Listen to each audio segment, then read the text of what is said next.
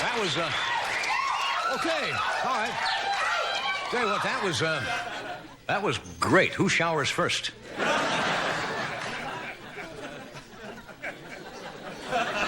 Excuse me a second. Well, wait a minute. I thought you look like a... You got to get the total look. It's everything. You look like a convict in a sissy prison. And you better hope your cellmate is not a large man named Bubba. You sound good tonight. I thank you for coming. You must have been in line a long time, right? Because your 500 pizzas just arrived backstage. So you make up for last night. Did we have a strange audience here last night? They were all like character witnesses for Charles Manson's parole hearing. Weird thing happened to me today. What happened? I'm going to tell you. A guy came up to me in Hollywood Boulevard. I went there just for this joke. And he said, how about $1? And I said, for a cup of coffee? He says, no, I'm opening my own SNL.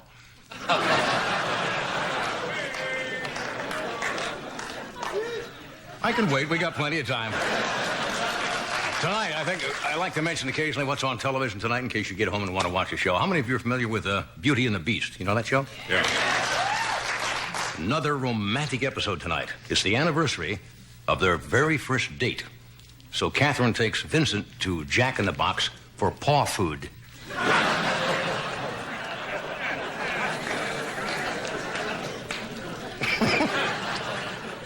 I'm surprised you're all well. You know there's a flu epidemic? I guess around, especially in Southern California. And just for safety's sake, I went to the NBC doctor today. Big mistake. You ever been to the NBC doctor? Yes, of course. Al Bendova?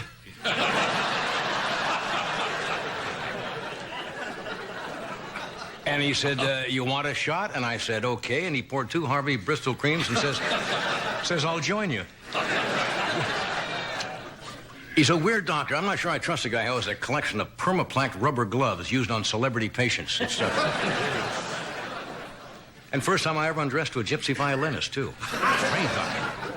Okay, little poll. How many of you watched President Bush's speech last night? That ought to make the president happy.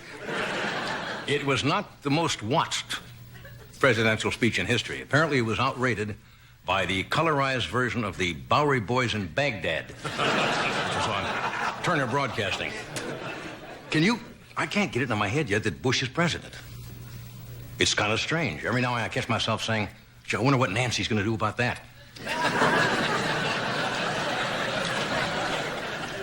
And the reporters, did you see Vice President Quayle sitting right back on the podium last night?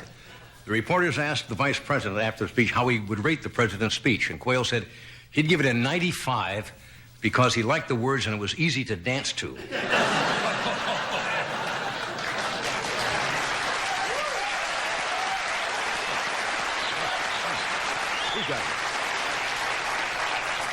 I didn't think it was right for him to sit behind Bush and go like this while he was...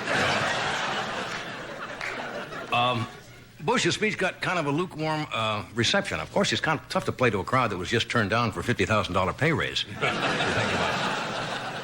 And then I guess they have to do this by law, and they had the Democratic response to Bush's speech by the Democrats, Jim Wright and Lloyd Benson, and the ratings went up. Everybody thought it was a Bartles and James commercial. One historical note in the news today. I don't know how many of you are aware of this. Today is the 10th anniversary of the Ayatollah Khomeini's rise to power in Iran. 10 years. And tonight's his anniversary show, and he's showing clips.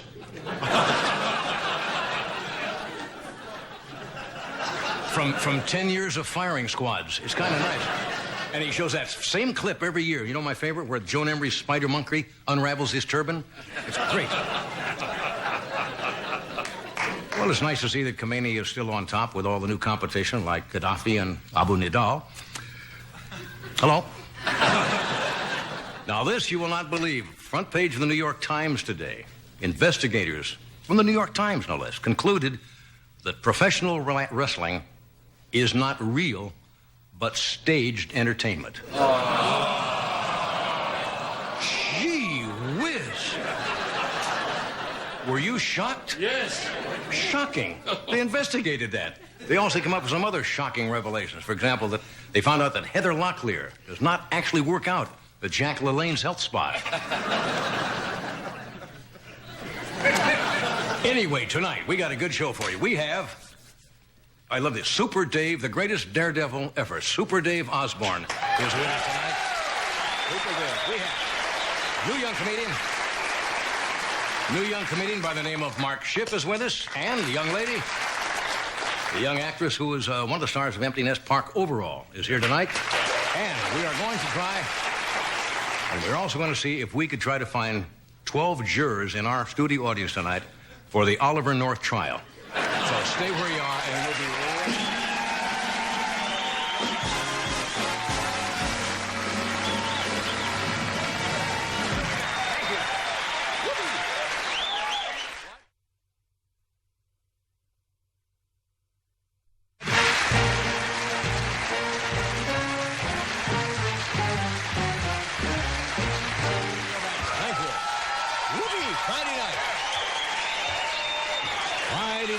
Okay.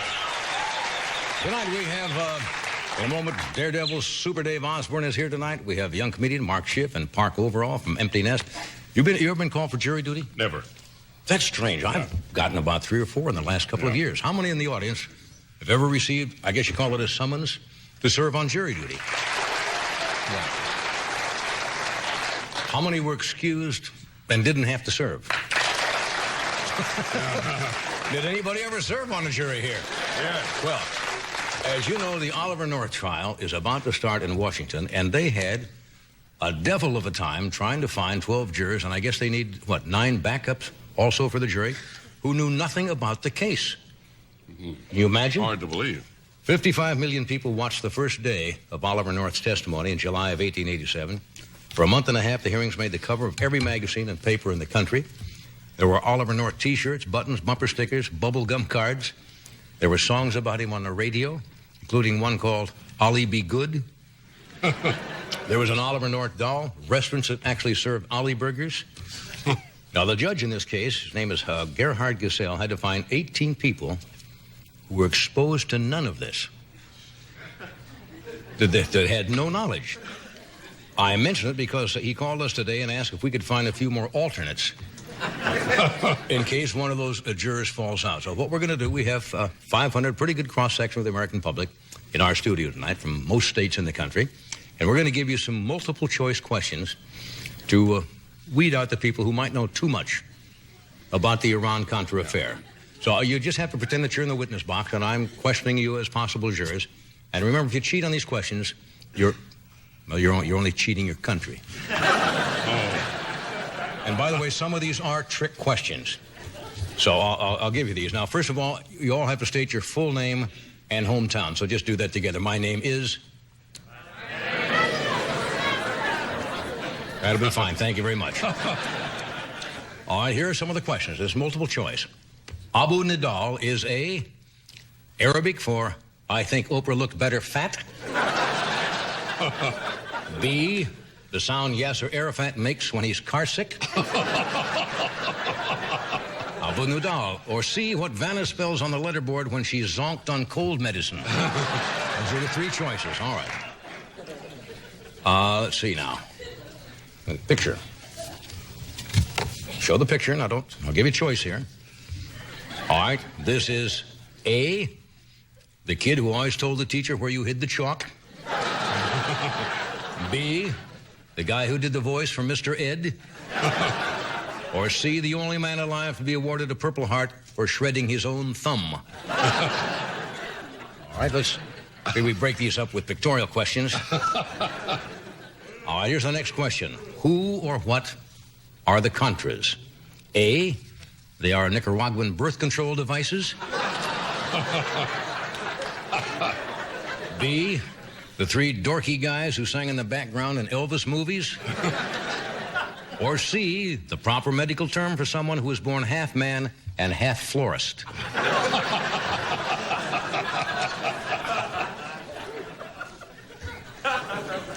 All right, for general knowledge quiz. All right. When William Casey died, he was A, dressed like Cher. B, he was wondering if he could put French's mustard in Grey Poupon jars to save money at parties. Or C, he was still on Ed McMahon's mailing list.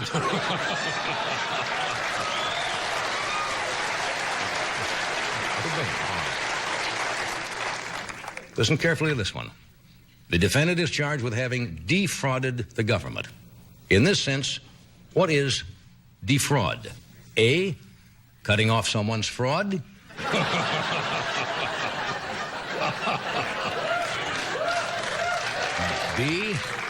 B, how they say forehead in Brooklyn. Hey, defraud. Or does defraud mean what Hervé Villechaize yells when Oral Roberts walks into the room?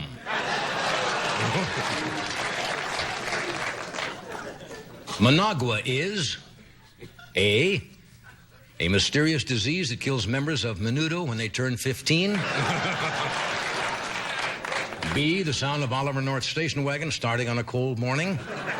Or C, the black stuff that forms around the neck of ketchup bottles.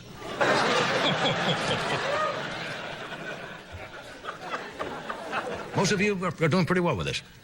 All right, what gift did Robert McFarlane take to the Ayatollah in Iran?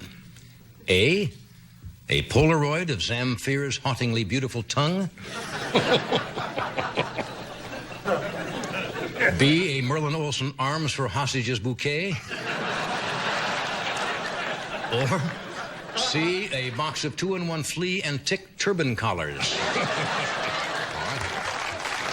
Another pictorial quiz here. I'll show you the picture first. Don't yell anything out. All right. What was this man doing while arms were being sold to Iran? A, he was trying to appeal his official code name, Rip Van Wrinkled. B, he was the guy who asked the Ayatollah, will that be paper or plastic? Or C, he was whacking the side of the TV with a broom while Nancy yelled, you're the president, call somebody.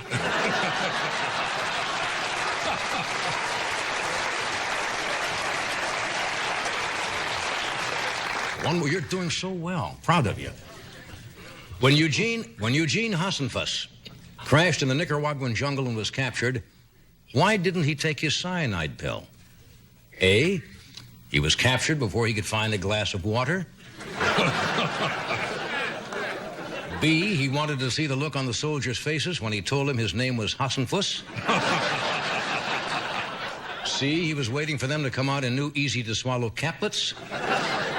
Or D, because the in-flight meal didn't kill him, nothing could. All right. Oliver North helped channel millions to the Nicaraguan Contras. What did they spend it on?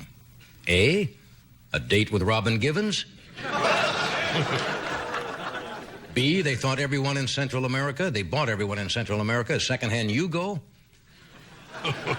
Or C, they made over 700 long-distance calls to 976 Jungle Judy. Just enough, couple here. What did the Tower Commission discover in Switzerland? A, Swiss women. B, Kurt Waldheim's old goose-step foot diagram. C, that they have no Veterans Day because they have no veterans.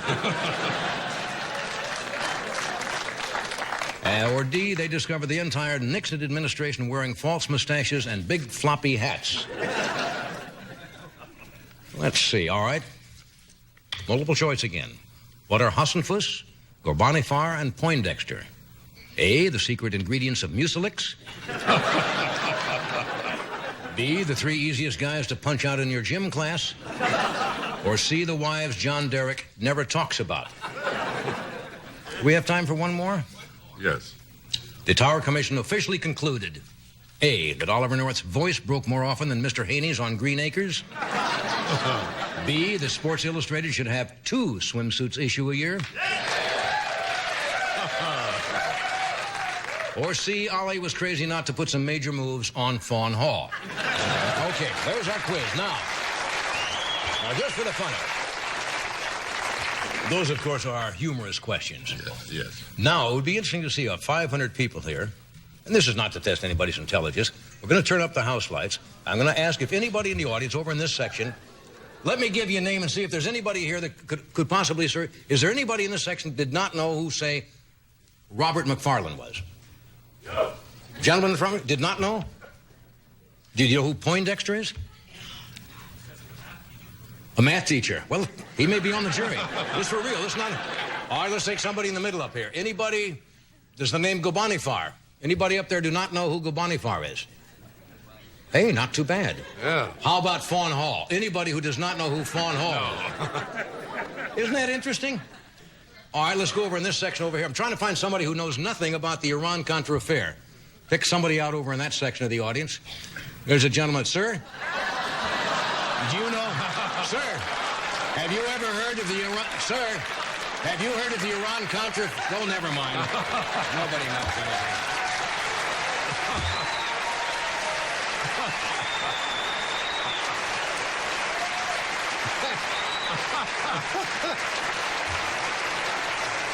There's a man there who didn't know. Man there obviously was out of the loop at the time. Yeah. Well, I was out of the loop. I didn't know about that. Anyway, we'll be back with Super Dave Osborne, Mark Schiff, and Park Overall. Stay where you are.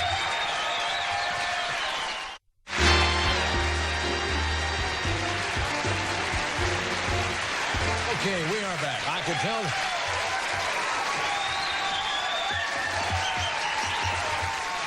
Well, I could sense, I could sense the excitement in the studio tonight when they heard that Super Dave Osborne is here tonight. He's the star of his own smash hit series on the Showtime cable network.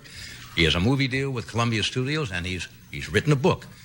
Ladies and gentlemen, I'm proud to introduce the world's greatest daredevil entertainer of our day, Super Dave Osborne.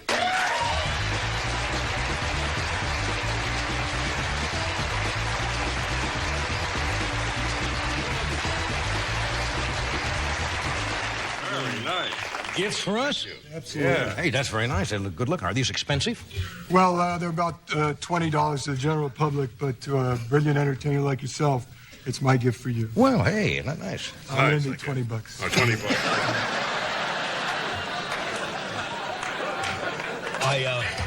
I watch you all the time on your own show. I want to congratulate you. Thank you very much. Great success, but I understand.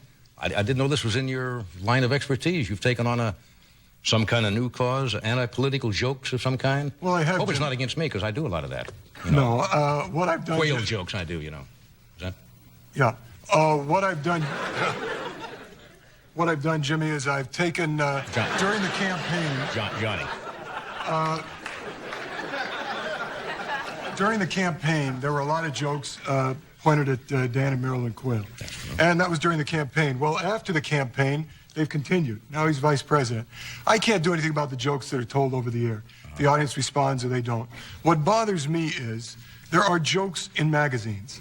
And it's chicken to me to write a joke in a magazine that isn't funny and hide behind it. So every time I see a joke on the Quails in a magazine, I'm going to take it out and I'm going to show it to a sensitive audience like you have. And when they don't laugh, maybe the people that write these jokes will print an apology. Oh, I see. You have a name for this organization? Yes, I do. Was that the bumper sticker. is that the bumper sticker? Absolutely. See that? Can I just hold it up?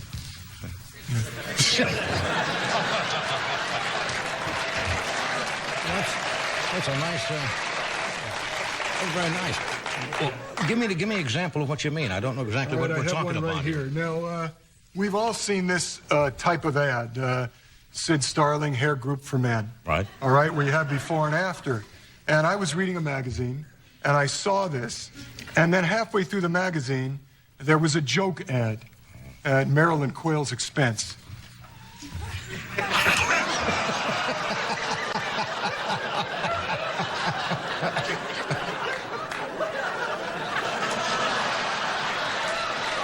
Funny.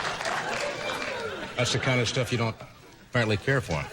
No, and this is what I want to do. I want to get out there and do this as much as possible. Anything else that bugs you about Yes, that? I have something else. And this really, at first I was delighted with it, and then I was very disappointed. It said, send away for a bush quail army helmet. And so I did.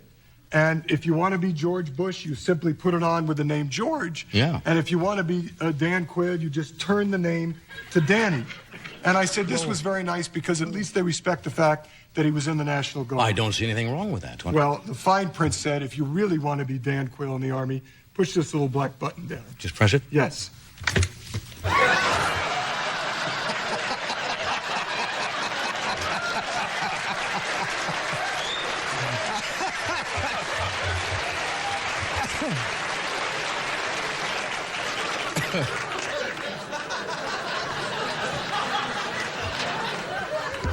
thought it was kind of funny myself. Can I bring up the problem? You remember when you contacted us some time ago? You wanted to see if you could do Stump the Band on your show? Well, and I said, sure. I have my own show on Showtime, and it's been a dream of mine. I love Stump the Band because when you do it, you never know what's going to happen. You talk to the people in the audience, and they request all kinds of songs, and then if Doc can't play them, you give away dinners. Right. And so I called you up, and I said, Donnie, can I do this? And you said... Johnny. And you said, sure, go ahead. And I did it on my show, and... it's a lot of fun, isn't it? How'd it work out? It didn't work out very well.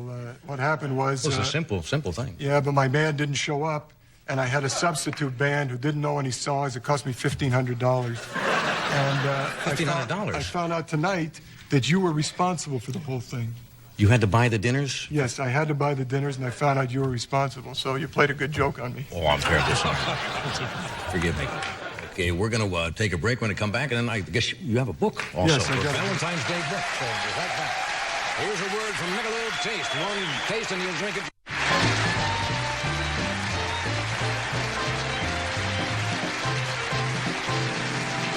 All right, we've returned. Now, for those of you who just... Now, for those of you who just joined, it's kind of a special night. Super Dave Osborne is here tonight. Now, I didn't know about the political anti-joke movement, but I did not know you got a new book. Well, yes, we do. Something about Valentine's Day coming up? Absolutely. It's called Dear Super, and it's Letters of Hope. And I've had people write to me through the years about relationships, and relationships that were on the verge of breaking up. Yet they persevered, and they tell in this book how they make it. And so it's kind of a message of hope for people? Absolutely, and it's a beautiful gift for Valentine's Day. And if you're having trouble in your relationship and you read the hardships that these people went through, it'll really give you a boost. And makes your troubles seem much smaller, I suppose. Absolutely, and it's very tasty and nice, and people laugh at emotions. Yeah, I know that. And this will give you a chance to really be alone. Could you give us, say, a pre-Valentine letter or something? I certainly will. I have one letter that I just love because these two people fought incredible hardships to really make it. It was sent to me by a Cliff Gregory, and it concerns a man named Tom and a girl named Janet. And Tom and Janet had similar problems. Tom had incredibly bad foot odor, and Janet had unusually bad breath. And because of this, they would go around all day long looking at the ground. They would go to work looking at the ground. They would work all day looking at the ground and go home looking at the ground. Well, one day after work, Tom left work, Janet left work, and they were walking home in opposite directions, and lo and behold, they bumped into each other. Their heads popped up, and it was the first time either one of them had ever made eye contact with another human being. Well, needless to say, love swept over the two of them, and they began to float down the street with love. The first hotel they came to, they floated into the lobby, and Tom said, "Give me your best room." And the manager said, "How about the penthouse?" Tom said, "Fine." He said, "There's the elevator." He said, I can see why that you... Well, Super, I can see why you were reluctant to show that tape, but I'm sure that you'll work out the kinks and... Yeah, we're going to do another one. Make the right one. Okay. Well, it's great to have you here, Thank Super you very Dave. Hope much. to come back soon and see you. Sure will. Keep us guessing. Super Dave Hospital. We'll be back in a moment, right after this.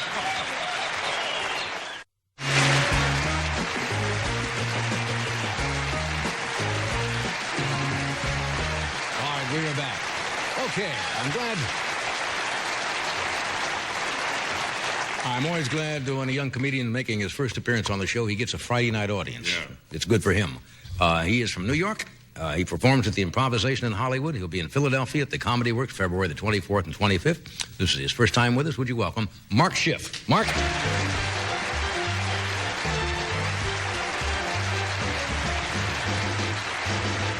Thank you very much. Nice to be here. I am from New York, and thank you, guys. I just got back from visiting my folks. You know, it certainly seems so much safer out here. I have this apartment in New York. I just had this guy put bars on the window, and I swear he wanted to put little bars on the peephole that you look through to see who's there. So I asked him why. He said, because what happens is you look through it, and they'll suck the eye right out of your head.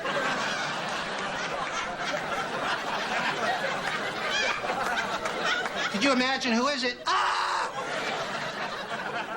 It's also healthier out here. I stopped smoking a couple weeks ago. I don't know if anybody's done this, but 3.5 packs a day. I would have smoked more. I could not stay up any more hours. It was impossible. And when you stop smoking, you start gaining a little weight, you know, moves into the whole diet world. Diets, to me, don't work. It's this whole good-bad thing. You're good for a week, then you take one bite of cheesecake, you lose control. You're on the phone, pizza place, send over 9 pies. I'm completely out of control now, yeah. I want everything on there, hatch chairs, whatever you got, slap it on that pie. How long does it take you to get here? An hour? Take an ambulance. I'll pay the difference. And people tell me to exercise. I hate exercise. I'm not one of these people that wake up in the morning, exercise, yeah. I wake up like, I'm beat. I got to lay down for another hour. Oh, man, I am burnt. I tried health clubs. They don't work. It's like I walk in, I give the guy a check for $500. I go, thank you very much. I will never see you again. Try lifting weights. They are so heavy, it's unbelievable. And jogging, the whole idea behind jogging is to get that heart going real fast. I say, forget it. Have a pot of coffee. It does the same thing.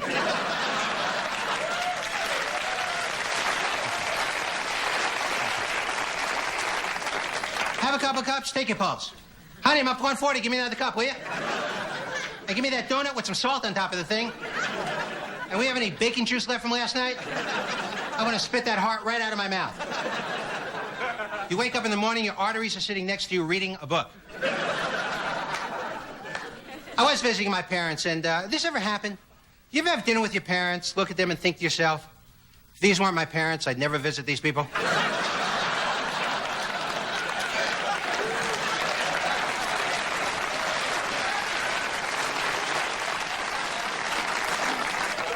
And my mother's still exactly the same to this day, hates cleaning up anything, always says the same thing. You know, Mark, I am not your maid. I am not your maid. In my head, I'm thinking, yes, you are. Somebody's been cleaning up. It hasn't been me. I once told her, I said, you are my maid. Get me a hamburger. She ran and told my father. He said, sounds good. Get me one, too.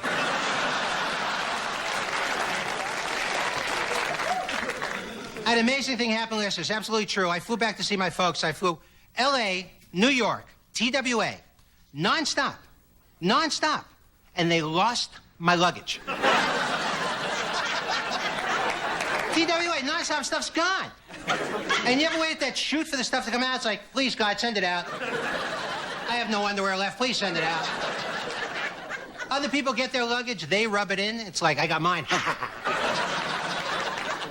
So I'm there like an idiot for a half hour, right? This red cap guy comes over, asks me what's happening. I tell him, he sends me into this room to see this guy named Ed. Ed is in charge of all luggage for TWA. He's showing me slides, drawings, you know. Finally, he goes, are you sure you checked it? I said, Ed, you know, I'm glad you brought that up. Just remembered, on my way to the airport, I chucked it out the car window.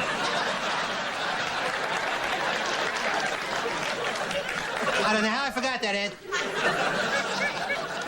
Tell you the truth, I wasn't even on the flight.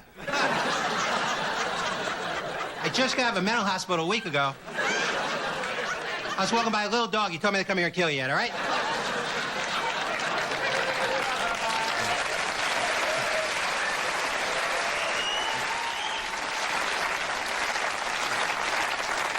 Then he goes, were there any zippers on the bag? I go, no zippers at all. You put the clothes in, you get a blowtorch and melt the leather back around the bag, right? Then listen to this. I shot 5 rolls of film in New York. I get back to L.A. I mail it to this place called 25 cents a photo. It's supposed to be cheaper. A week later, they send me back 5 rolls of these Chinese people in Yugoslavia on vacation. I call them up, tell them what happened. The lady says, are you sure those aren't your shots? I said, ma'am, I'm glad you brought that up. I said, you know Ed?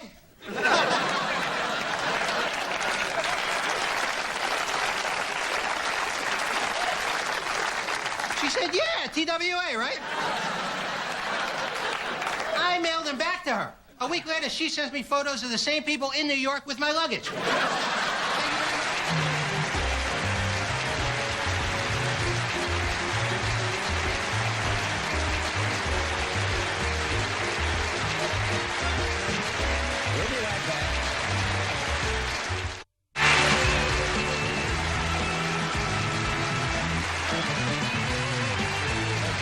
Guest has been with us before.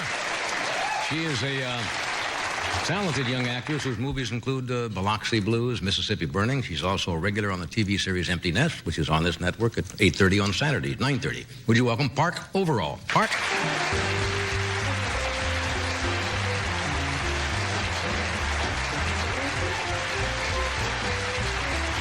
I apologize to you right away because we're a little short of time, so you already have an invitation to come back soon again. You know, this makes me nervous anyway. I'm fine. Yeah, but, you know, I don't like to bring somebody out and say good night. How you doing? I'm fine. Well, actually, I also have not had a cigarette in 13 days. Really? Congratulations. Yeah, I'm a little edgy. Yeah, but good for you. To say the least. Now, I've done this by roller skating and twirling a baton at the same time. Yeah, that makes it up for not smoking? Yes, and they think I'm like this pitiful actress circling the studio. Look at that poor girl. She must need a job. I mean, it's really pitiful. But that's something to take the place of cigarette, twirling a baton. Yes, that's what I'm doing. Good for you. Thank you. Now, we caught you smoking the other night. Yeah, I know. Yes, my boyfriend said, look, he's smoking. Okay, all right. Yes. All right. Well, I hadn't seen you do it in years. I'll pull out my baton. You hate it, I mean. Oh, come, give me a break. Give me a break, folks. Come on now. Gee. Did you hate I mentioned that? We did catch. I had to say it. All right. I saw this picture of you in TV Guide this week. Isn't that pretty? You are on a Harley Davidson motorcycle? Don't guess. That's absolutely That's right. It, huh? Well, I wouldn't be caught dead on anything else. Yeah. Are you one of those motorcycle Yes, sir, nuts? I am. Oh, no, I don't mean that you're Did nuts. you see my boots? Wow. Yes, I got those in a hardcore backer shop in Glendale. How long you been doing this? For years, actually. Yeah. Now, we're upset about it because my boyfriend, you know, who is a professional biker, and I don't mean like bike gang, you know what I mean? I mean a rider. He's not a punk, you mean? Oh, absolutely not. He's just ridden bikes all of his life. Yeah. And now there's this thing called Rubbies, which is rich urban bikers. So since I'm like on TV and stuff, so you're a Rubbie. Makes him look like a Rubbie. Yeah. He's totally humiliated. It's terrible. Yeah. I have to disguise myself when we go out. But it's fun, huh? Oh, yeah. Now, you went back south to do a motion picture, right? Oh, yeah, all the movies I've done, I had to move to New York to see the sale. Yeah, was it fun going back and... It was all right. I mean, it was funny when I was in Lynette, Georgia, doing Mississippi Burning. There wasn't a thing to do. Yeah. Did you hear me? Nothing. In thing. Tennessee, there's things to do. Not a thing, a thing, a right? Thing, not a T-H-A-N-G. thing to do. And I finally, after days, I saw this biker. Yeah. Sitting outside the costume shop, and he had tattoos and stuff, and I said, what do you boys do for fun? He said, nothing. Yeah? I said, well, you do go to church, and he said, well, there's the Holiday Inn in Lynette. Yeah. That's where I stand. Yeah. Tattoos? I go you like for tattoos? that. You like I tattoos really on a do. man? Yeah, Why? What is it about tattoos? I don't know. I think scars make you interesting. I think. I do. They used to say that, like, when they would duel and they got a scar, that was a badge of honor if you had a scar on your face. Was it? Oh, you yes. see what I mean? Yeah. And my boyfriend went to the Harley shop for his checkup on his back, and they were talking about it, and the guys were saying they're this wreck or that wreck, and the guy came by and he said this is that he'd had a wreck, and it was his first wreck or something, and the boy leaned down and he was limping. He said, you hurt your leg in the wreck? And he went, what leg? We take a short time out.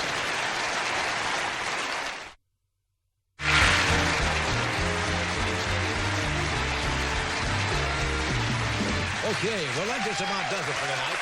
Would you come back with us again, Slim? Why, you know I will. Thank You're you. lot of fun. Come back and talk with us some more, okay? Oh, thank you. Yes, sir. Okay, and talk about your crazy pets and whatever. Next week, Patrick Swayze will be here, George Carlin, James Woods, Rodney Crowell, Gloria DeHaven. Who else do we have? Some big surprise. Clark Gable. Clark Gable? Boy, that man is a trooper.